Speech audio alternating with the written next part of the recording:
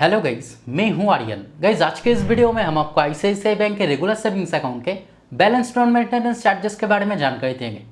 जैसे कि अगर आप आईसीआईसीआई बैंक के अगर रेगुलर सेविंग्स अकाउंट अगर यूज़ करते हैं या फिर अगर आप आईसीआईसीआई बैंक में अगर रेगुलर सेविंग्स अकाउंट ओपन करना चाहते हैं, तब आपके सेविंग्स अकाउंट में मिनिमम कितना बैलेंस आपको मेंटेन करना होगा। साथ ही साथ ये भी बताएंगे कि किसी महीने में अगर आप मिनिमम बैलेंस मेंटेन नहीं कर पाए तब कितना चार्जेस लगेगा, मैक्सिमम कितना चार्जेस लगेगा। ये सभी बातें आपको डिटेल्स में बताएंगे। लेकिन इससे पहले अगर आप इस चैनल पर पहली बार आए हैं तो काइंडली चैनल को सब्सक्राइब करें और वीडियो को बिना स्किप किए एंड तक जरूर देखें।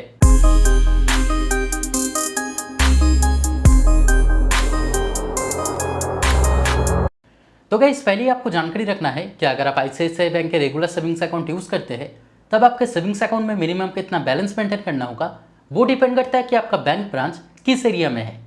जैसे कि अगर आपका बैंक ब्रांच अगर मेट्रो या फिर अगर अर्बन एरिया में है तब 10,000 मंथली एवरेज बैलेंस आपको मेंटेन करना होगा। अगर आपका bank branch semi urban area में है तब 5,000 मंथली एवरेज बैलेंस आपको मेंटेन करना होगा। अगर आपका बैंक ब्रांच रूरल एरिया में है तब 2,000 मंथली एवरेज बैलेंस आपको मेंटेन करना होगा। और अगर आपका बैंक ब्रांच अगर ग्रामीण एरिया में है तब 1,000 मंथली एवरेज बैलेंस आपको मेंटेन करना होगा। तो यहाँ पे आपको ध्यान रखना है कि मंथली एवरेज बैलेंस आपको मेंटेन करना होगा, यानी हर महीने का एवरेज बैलेंस आपको मेंटेन करना होगा। और किसी महीने में अगर आप एवरेज बैलेंस अगर मेंटेन नहीं कर पाए या फिर अगर आप एवरेज बैलेंस अगर कम मेंटेन कर पाए तब उस महीने में चार्जेस लगेगा। यानी बैलेंस नॉन मेंटेनेंस के लिए किसी महीने में मैक्सिमम एक बार ही चार्जेस लगेगा। तो चलिए आप जान लेते हैं कि किसी महीने में अगर आप एवरेज बैलेंस अगर मेंटेन नहीं कर पाए या फिर अगर आप एवरेज बैलेंस अगर कम मेंटेन कर पाए तब कितना चार्जेस लगेगा और मैक्सिमम कितना चार्जेस लगेगा। तो जैसे कि आप यहाँ पे देख सकते हैं कि इस बैंक के रूल्स के अनुसार क्लियरली बताया गया है कि आपके शॉर्टफॉल अमाउंट के ऊपर 6% या फिर मैक्सिमम 500 रुपया, इन दोनों में से जो अमाउंट कम होगा वही एज अ चार्जेस आपको देना होगा। और इसके साथ एडिशनल तौर पे 18% जीएसटी भी लागू होगा। तो इसे एक एग्जांपल के तौर पे समझते हैं। तो जैसे कि आप मान लीजिए कि आपका ब्रांच मेट्रो या फिर अगर अर्बन एरिया में है तब 10,000 मंथली एवरेज बैलेंस आपको मेंटेन करना होता है। लेकिन किसी महीने में अगर आप कम एवरेज बैलेंस मेंटेन कर पाए, जैसे कि एग्जाम्पल के तौर पर मान लीजिए 10,000 एवरेज बैलेंस आपको मेंटेन करना होता है, लेकिन किसी महीने में अगर आप एवरेज में अगर 8,000 मंथली एवरेज बैलेंस मेंटेन कर पाए तब 2,000 मंथली एवरेज बैलेंस जो आप मेंटेन नहीं कर पाए उसे ही शॉर्टफॉल अमाउंट कहा जाता है। तो इस बैंक के रूल्स के अनुसार इस सिचुएशन में जैसे कि आप देख सकते हैं कि 2,000 जो शॉर्टफॉल अमाउंट होता है उसके ऊपर 6% चार्जेस लगेगा, यानी 2,000 का 6% यानी 120 रुपया चार्जेस लगेगा।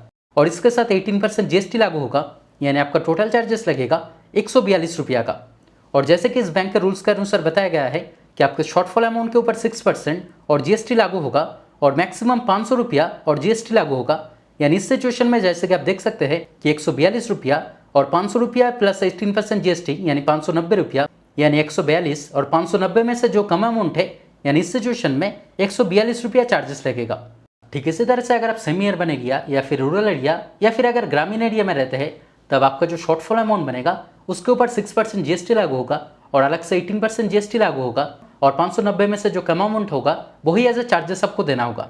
यानी किसी महीने में अगर आप कुछ भी बैलेंस अगर मेंटेन नहीं कर पाते तब उस सिचुएशन में मैक्सिमम चार्जेस लगेगा 590 रुपया का। लेकिन अगर आप कुछ ना कुछ अगर एवरेज बैलेंस मेंटेन कर पाते हैं, यानी अगर आपका शॉर्टफॉल अमाउंट अगर कम होता है तब आपका चार्जेस भी कम लगेगा। तो दोस्तों, आज के वीडियो में इतना ही। उम्मीद करते हैं वीडियो आपके लिए हेल्पफुल रहा। अगर फिर भी कोई डाउट रहे तो कमेंट करके ज़रूर बताएं, मैं आपका कमेंट का रिप्लाई ज़रूर करूँगा। और अगर वीडियो पसंद आए तो लाइक और शेयर करें और इस तरह के वीडियो देखने के लिए चैनल को ज़रूर सब्सक्राइब करें। Thank you.